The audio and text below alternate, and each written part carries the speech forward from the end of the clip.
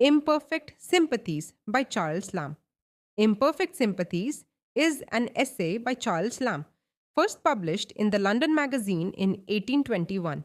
In this personal and humorous essay, Lamb explores his biases and limitations in forming sympathies with certain people, particularly Scots, Quakers, and Jews. Through wit, irony, and self reflection, he presents his subjective views while acknowledging their flaws. Main themes and ideas: personal bias and subjectivity. Lamb openly admits that he has certain prejudices and finds it difficult to connect with some groups of people.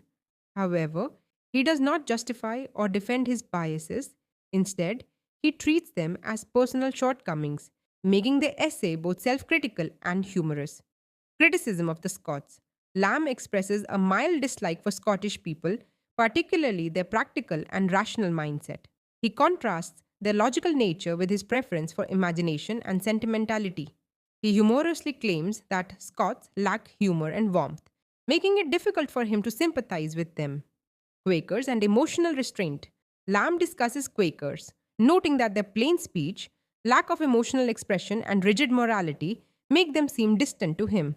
While he respects their honesty and principles, he finds their seriousness uncomfortable, as it contrasts with his appreciation for lively conversation and passion.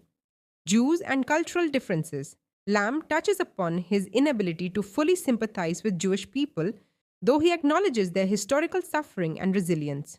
He presents his views with irony, indicating that his personal limitations prevent him from truly understanding or appreciating different cultures. Humor and self reflection. Despite his prejudices, Lamb does not take himself too seriously. He presents his opinions with irony and self deprecating humor, suggesting that human sympathies are often imperfect and subjective. Conclusion: Imperfect Sympathies is a witty and introspective essay where Lamb examines his own prejudices with honesty and humor.